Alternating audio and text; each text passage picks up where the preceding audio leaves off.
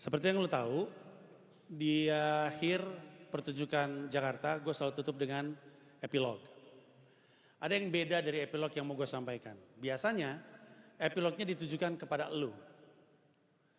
Hari ini berbeda. Kalau lo tangkap pola dari pertunjukan Mensrea, gue tuh pengen bilang bahwa apapun yang terjadi sama politik kita hari ini, kita wariskan itu ke anak-anak kita. Semua masalah politik turun ke mereka. Mereka nggak tahu apa-apa, mereka nggak ngerti apa-apa, tiba-tiba karena situasi politik seperti sekarang. Karena kita yang abai, lalai, dan tidak peduli dengan kondisi politik kita. Semaunya dan sembarangan. Jadi, hari ini, epilog gua tidak didesain untuk lu. Epilog gua adalah sebuah surat untuk masa depan kita. Untuk anak-anak kita. Ceritanya, gue akan mewakili lu, bicara kepada masa depan kita. Dalam hal ini, gue akan ngomong seakan-akan kepada anak-anak gue. Dengan lu di belakang gue, seakan-akan gue mewakili lu. Nah, untuk itu, oh my God. Oke, untuk itu, izinkan gue berbicara kepada anak-anak gue, mewakili lu.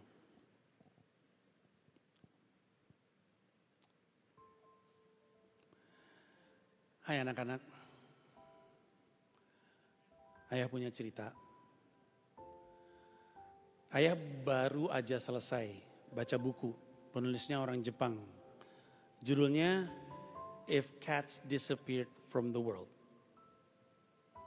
Bukunya itu tentang seorang laki-laki yang tinggal berdua sama seekor kucing. Suatu hari laki-lakinya pusing, sakit kepala. Dia gak ngerti dia kenapa, terus dia pergi ke dokter. Dokter periksa dan ternyata dia punya kanker. Dan dia cuma punya waktu beberapa bulan lagi untuk hidup. Laki-laki ini sedih, anak-anak. Dia pulang ke rumah, kaget, di rumah tiba-tiba muncul satu sosok. It's the devil, iblis. Di buku itu dikasih nama Aloha. Laki-lakinya nanya, kamu ngapain di rumah saya? Iblisnya bilang, saya kesini mau ngasih tahu kamu sesuatu. Sebenarnya nyawa kamu hanya 1 hari lagi, besok kamu meninggal.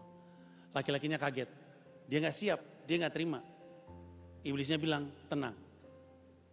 Kamu bisa hidup 1 hari lebih lama, tapi imbalannya 1 hal di dunia ini mesti hilang. Laki-lakinya mikir, gampang. Manusia udah bikin begitu banyak sampah, hal-hal gak perlu, pasti ada banyak yang kita bisa hilangin. Ditanya sama Aloha, untuk 1 hari lebih lama, kamu mau hilangin apa? Laki-lakinya bilang, telepon. Hilangin telepon, saya gak perlu telepon. Gak ada orang perlu telepon, telepon ganggu.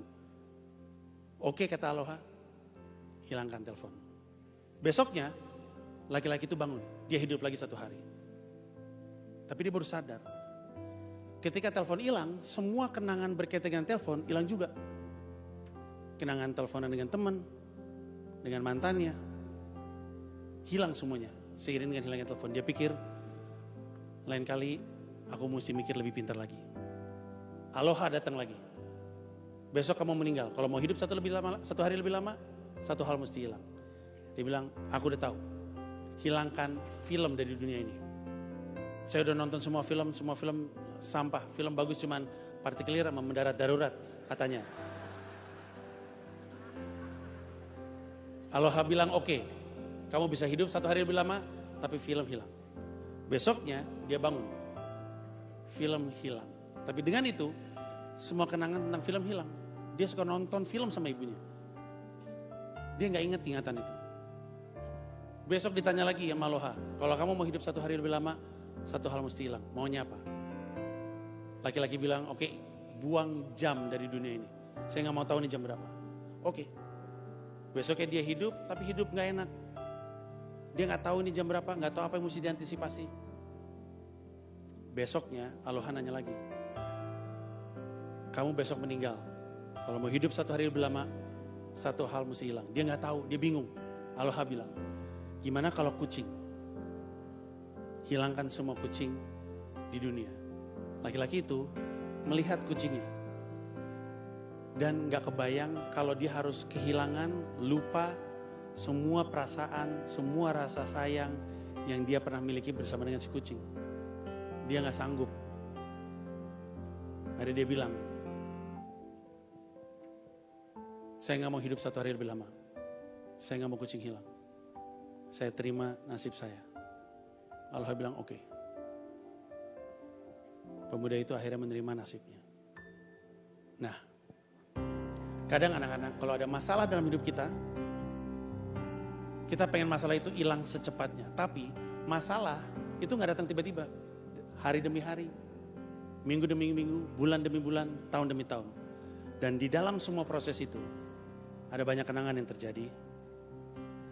Kenangan yang menyenangkan, yang mungkin gak ada kaitan sama masalah. Menghilangkan masalah gak bisa tiba-tiba. Hari demi hari, minggu demi minggu, bulan demi bulan, tahun demi tahun.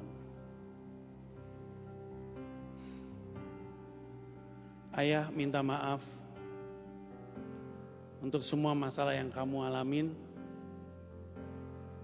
Ayah pengen banget menghilangkan masalah ini secepat mungkin, tapi ayah gak bisa.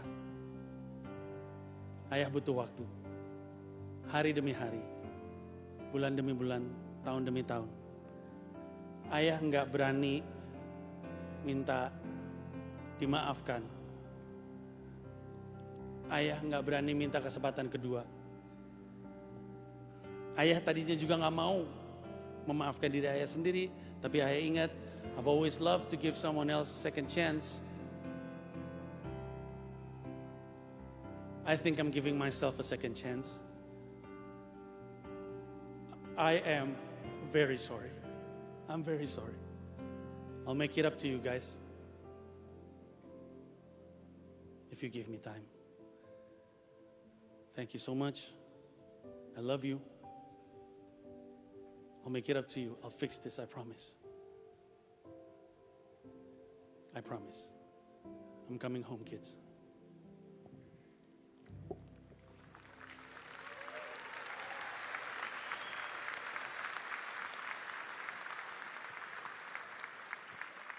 Selamat malam dan selamat datang 10.000 penonton di Indonesia Arena Jakarta dalam acara stand up comedy special show Mensrea dari Panji Pragiwaksono. Sekarang mari kita sambut Panji Pragiwaksono.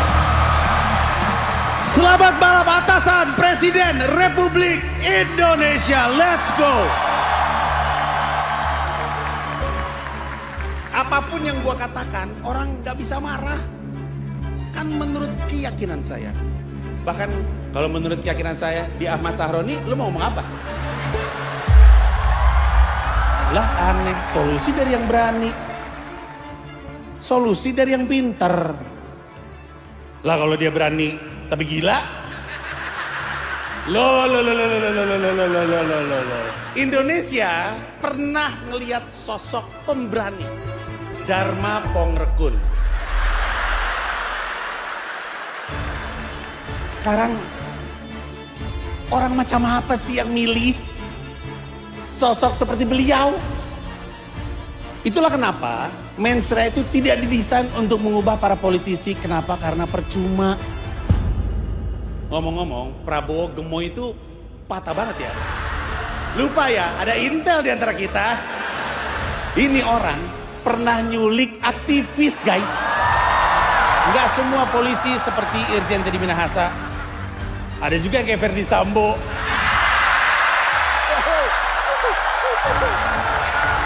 Ikutin gambarnya, jangan ngide.